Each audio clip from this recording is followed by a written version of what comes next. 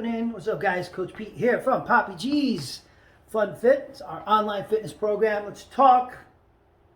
End of the year, brand new year coming. Let's talk setting goals, not resolutions.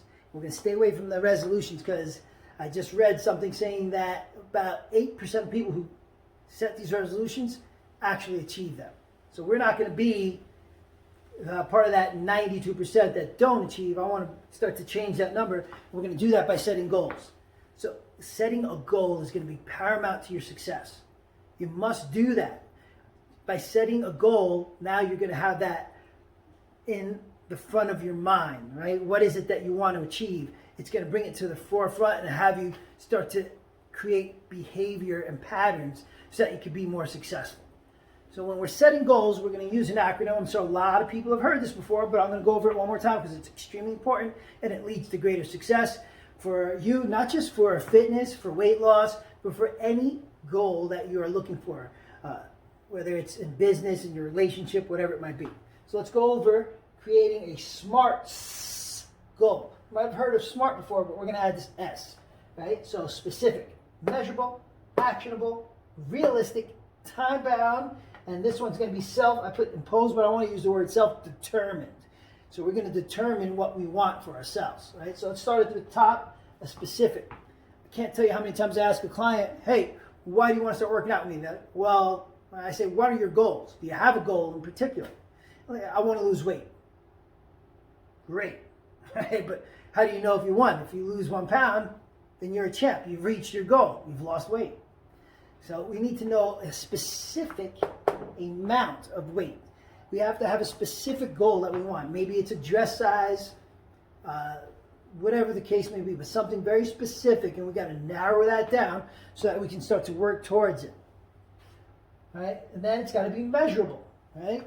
Losing weight is measurable, but how much, right? It's being specific, having it be measurable, dress size. I want to make more money. How much more money? Again, specific, measurable. We have to have a way, whether it's the scale, whether it's I want to do extra amount of push-ups, I want to take time off of my jog, I want to be able to lift 10% more than I'm lifting now. Whatever it is, please make it specific, make it measurable. Now, once I have those things, now I got to have an action plan. There has to be things in my control that I can start to do. So, if my specific goal is to lose 10 pounds, the action plan is going to be, right? And I am now 190, but I want to be 180. So let's say I determine that I need to take out 500 calories per day, 500 calories per day from what I'm doing, and I'm going to increase my resistance training to 3 days a week and 2 days of doing cardio. This becomes my action plan, and I can write that down. Something that I write down, I put in place, or I set with my coach. And then I follow that action plan to make sure I can reach that specific goal. It's got to be realistic. Setting realistic goals ensures that, realistic but challenging.